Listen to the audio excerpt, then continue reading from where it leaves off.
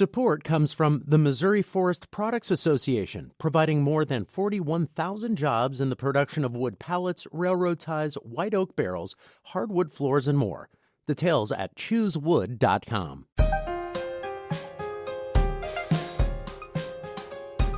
We hope you enjoy listening to this podcast of St. Louis on the Air, brought to you by University College at Washington University. With undergraduate and graduate programs, part-time, evening, and online. University College at Washington University, offering world-class education within reach. Welcome to St. Louis on the Air. I'm Don Marsh. Today we go behind the headlines. A lot of people in Berkeley are upset they're losing 2 schools. It's going to be disruptive for parents and kids.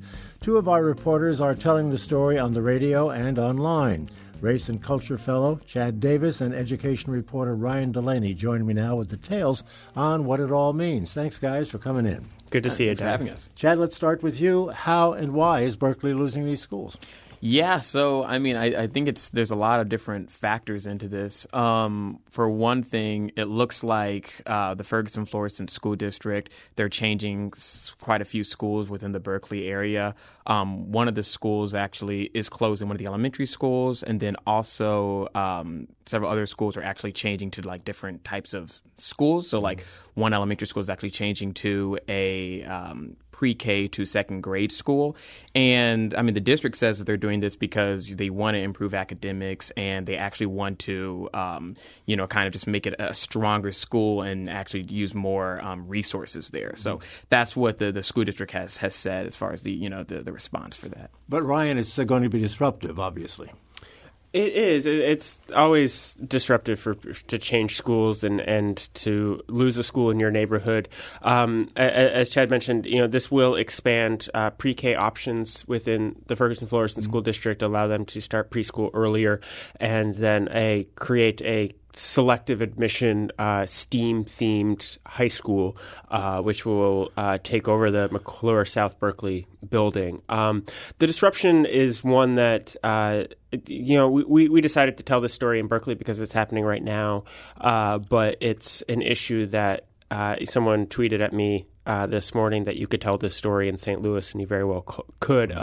We wanted to just look at the impact of losing a school in your neighborhood and just kind of the impact on community identity and community pride. A lot of people in Berkeley kept telling us that, you keep taking away our schools and it's just going to slowly kill our community. And it's not that the Ferguson-Florissant School District is trying to intentionally kill Berkeley or singling it out as much as just the district overall is struggling with low enrollment and has too many spaces in its buildings and needs to consolidate. Chad, is this going to involve some busing, kids getting to schools that are farther away?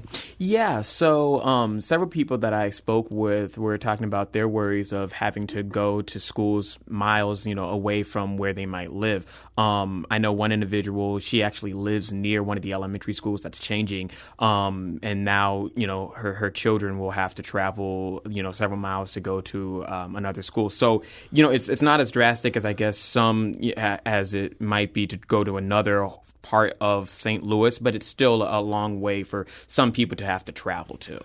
Well, from my understanding of your story, some people believe there's a racial component to this as well. Yeah, and it's a little, it's kind of complicated because there's a long kind of history with everything involving that. So the Berkeley area is predominantly black, and that's in the southern part of the district. And then the northern part of the district, the Florissant area, is predominantly white. Now, the school district is still predominantly black, however, like in the certain schools, but there also is a racial component because, decades prior, Berkeley and another area, Kinloch was a predominantly black area, Berkeley was predominantly white. They split off and then they merged eventually, and a lot of black residents in the southern area are feeling, kind of a little bit left out in the sense where this, having to travel to another part of the district, where the black roots are still in that southern area. It's kind of it's a large change and it's a large shift. So I think a lot of individuals,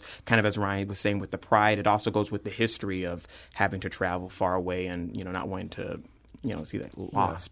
Yeah. And Ryan concerns, too, that this could be disruptive to the community in other ways, in that people are not going to be encouraged to live in Berkeley if the schools are not convenient there. Yeah, that's really the argument that came up during some public hearings and the actual board vote where this decision was made, this redistricting plan, that the mayor stood in front of the Ferguson-Florissant School Board, the mayor of Berkeley, and said that if you do this move, if you make this decision to close another school, at one point there were 8 schools within the city of Berkeley. After this, there will be 2.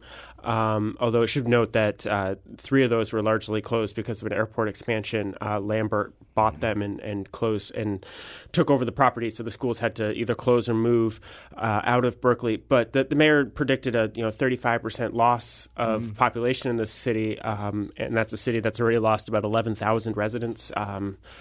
Because of white flight and just population trends in St. Louis area, the airport buying up land for airport expansions or noise abatement, Interstate 170 and 70 run through Berkeley now, so that knocked out property where people used to live. Somebody in the story is saying that all of this is going to make Berkeley a better place to live. Yeah, that's the argument from the some school board members, I should say. There's others that did not like this plan. It was a split vote. But the superintendent, Dr. Joseph Davis, says that this is about improving the school district, and a stronger Ferguson-Florissant School District will encourage families to move into the district. He says it's about economic development, it's about expanding preschool options for the school in the school district, and it's about making the high school and middle school options stronger. Chad, do the residents have any recourse in view of what's going on? Yeah, I mean, some of the residents, I think, I think really, there was one resident, Lisa Willis James, she has children there. She doesn't actually want to see, her children have to, or anyone's children to have to move to another part of the actual, or bus to another part of the district. There is another individual, Judy Ferguson Shaw. She's also hesitant because she's afraid that people actually won't move into the actual community when these changes happen. So I think there's a lot of just kind of like worry and a lot of fear that, it's like what's going to happen to a community once there are no longer, or once there are very little schools in that area and in the district. And Chad and I sat in the back of a community meeting where we met some of those residents that we spoke with. And, it was only about 5 or 6 people at this meeting, so it's not a huge groundswell of Berkeley residents at this point. But they explored the legality and just feasibility of whether they would be able to convince the Ferguson-Florissant School Board to sponsor a charter school in Berkeley, which, considering that some of this is done along financial reasons and consolidating the footprint, that one seems unlikely. They also talked about whether or not Berkeley could become its own school district again, basically to secede from Ferguson-Florissant.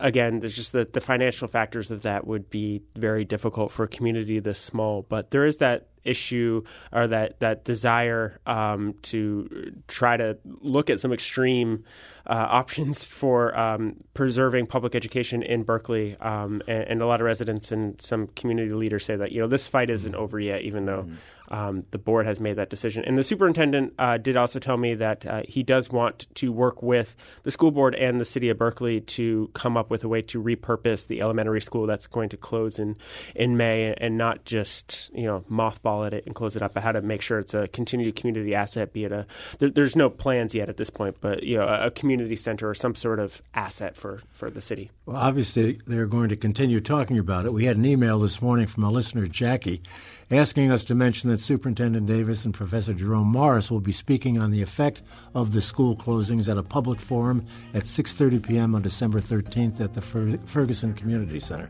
So I guess they're going to dialogue for a bit. That's true, yes. Yeah. We have that flyer on our desk. Yes, we do. Okay. Well, we'll hear more about it, I'm sure, as they continue to discuss it. Thanks for having us. Yeah, thank you. Always a pleasure. Chad Davis and Ryan Delaney. This is St. Louis on the Air on St. Louis Public Radio, 90.7 KWMU.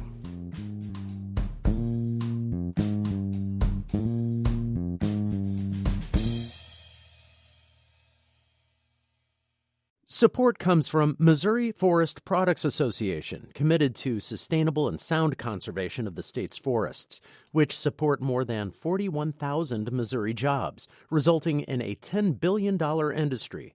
ChooseWood.com.